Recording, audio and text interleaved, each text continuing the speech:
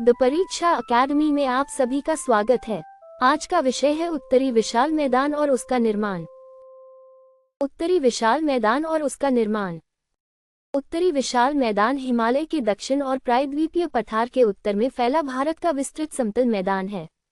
इसका निर्माण मुख्यतः सिंधु, गंगा और ब्रह्मपुत्र नदी प्रणालियों तथा उनकी सहायक नदियों द्वारा लाए गए विशाल जलोढ़ निक्षेपों से हुआ है। यह मैदान पश्चिम में पंजाब क्षेत्र से पूर्व में असम की ब्रह्मपुत्र घाटी तक विस्तृत है। इसकी लंबाई लगभग 2400 किलोमीटर है, जबकि चौड़ाई विभिन्न स्थानों पर लगभग 150 से 300 किलोमीटर के बीच बदलती है। उत्तरी मैदान का निर्माण हिमालय के उत्थान से प्रत्यक्ष रूप से जुड़ा है। हिमालय के निर्माण के दौरान उसके दक्षिण में भारतीय प्लेट का अग्रभाग नीचे की ओर झुका और एक विशाल अग्रभूमि गर्त विकसित हुआ। इस गर्त को फॉलान बेसिन के रूप में समझा जाता है। उत्तर में बढ़ते हिमालय और दक्षिण में अपेक्षाकृत स्थिर प्रायद्वीपीय भूभाग के बीच बना यही अवनत क्षेत्र आगे चलकर उत्तरी मैदान के निर्माण का आधार बना। हिमालय के निरंतर उत्थान के साथ वहां तीव्र अपक्षय और अपरदन होने लगा। नदियां पर्वतों से कंकड़, बजरी, बालू, गाद और चिकनी मिट्टी की विशाल मात्रा मैदान की ओर लाती रहीं।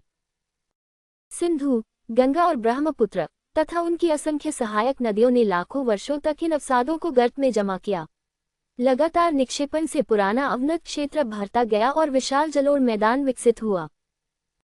मैदान के जलोढ़ निक्षेप कई स्थानों पर अत्यधिक मोटे हैं। इससे स्पष्ट होता है कि यह केवल सतह पर फैली मिट्टी की पतली परत नहीं, बल्कि दीर्घकालीन नदी निक्षेपण से निर्मित विशाल अवसादी क्षेत्र है। उत्तरी मैदान भूआकृतिक दृष्टि से लगभग समतल दिखाई देता है, लेकिन इसमें हल्की क्षेत्रीय ढाल मौजूद है। यही ढाल नदियों को सामान्यतः मैदान से समुद्र की ओर प्रवाहित होने में सहायता करती है।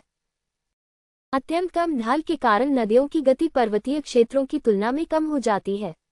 परिणामस्वरूप नदियां अपने साथ लाए गए अवसादों का व्यापक निक्षेपण करती हैं। नदियों के बार बार मार्ग बदलने, बाढ़ आने और अवसाद जमा करने से मैदान लगातार पुनर्गठित होता रहता है। इसलिए उत्तरी मैदान को स्थिर भूआकृति के बजाय सक्रिय नदी निर्मित भूदृश्य के रूप में समझना चाहिए। उत्तरी मैदान को नदी प्रणालियों के आधार पर मुख्यतः पंजाब मैदान, गंगा मैदान और ब्रह्मपुत्र मैदान में विभाजित किया जाता है। पंजाब का मैदान मुख्यतः सिंधु और उसकी सहायक नदियों के निक्षेपों से विकसित हुआ है। भारत में इसका प्रमुख भाग सतलुज, ब्यास और रावी जैसी नदियों से प्रभावित है। पंजाब मैदान में दो नदियों के बीच स्थित भूभाग को दोआब कहा जाता है। नदी तंत्रों के बीच विकसित इन क्षेत्रों ने कृषि और मानव बसावट के विकास में महत्वपूर्ण भूमिका निभाई है। गंगा का मैदान उत्तरी मैदान का सबसे विस्तृत भाग है।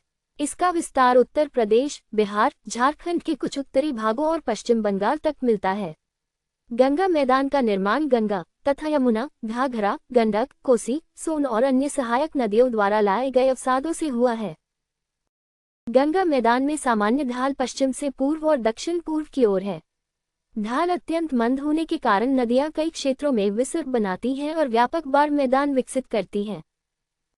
ब्रह्मपुत्र मैदान मुख्यतः असम घाटी में विकसित हुआ है। यह उत्तर में हिमालय और दक्षिण में मेघालय तथा अन्य पहाड़ी क्षेत्रों के बीच एक लंबी नदी घाटी के रूप में स्थित है। ब्रह्मपुत्र अपने साथ अत्यधिक मात्रा में अवसाद लाती है।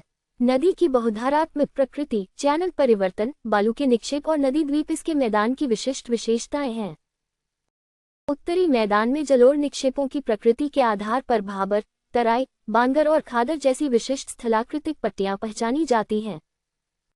हिमालय के पाद प्रदेश में नदियां पर्वतों से निकलते ही मोटे कंकड़ और बजरी जमा करती हैं। इससे अत्यधिक छिद्रयुक्त भाबर पट्टी विकसित होती है। भाबर के दक्षिण में महीन अवसाद और ऊंचे भूजल स्तर वाला तराई क्षेत्र मिलता है। ये प्राकृतिक रूप से अधिक आर्द्र और कई स्थानों पर दलदली परिस्थितियों वाला क्षेत्र रहा है। मैदान के अपेक्षाकृत पुराने जलोढ़ निक्षेप बांगर कहलाते हैं। ये सामान्यतः वर्तमान सक्रिय बाढ़ मैदान से कुछ ऊंचे भागों में पाए जाते हैं।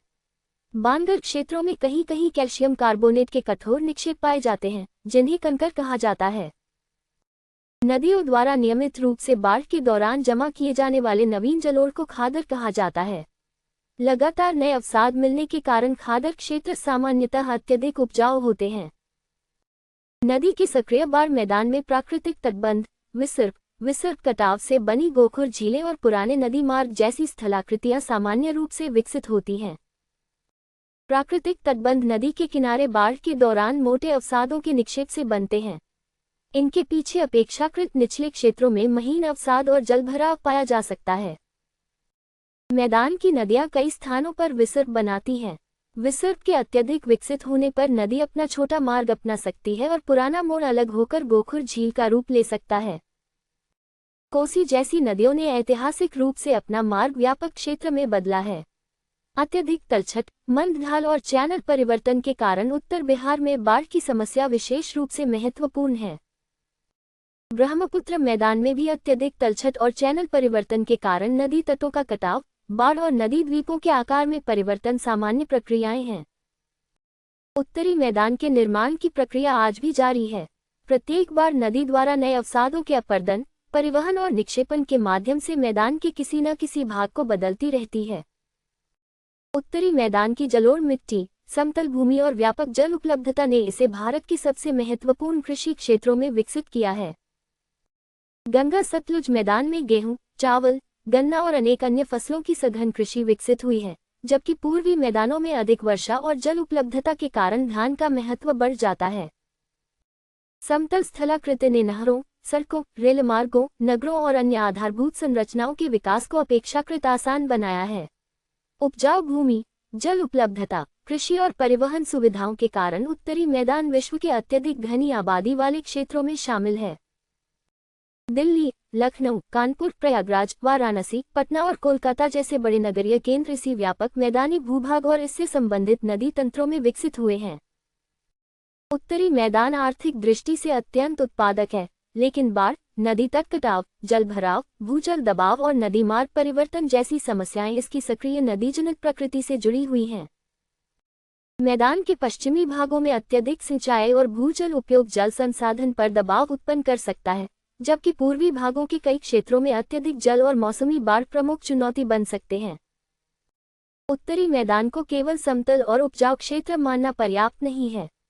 ये हिमालयी उत्थान, अग्रभूमि गर्त के निर्माण, विशाल नदी प्रणालियों द्वारा अपर्दन और लाखों वर्षों के जलोढ़ निक्षेपण से विकसित गतिशील भूआकृतिक प्रदेश है।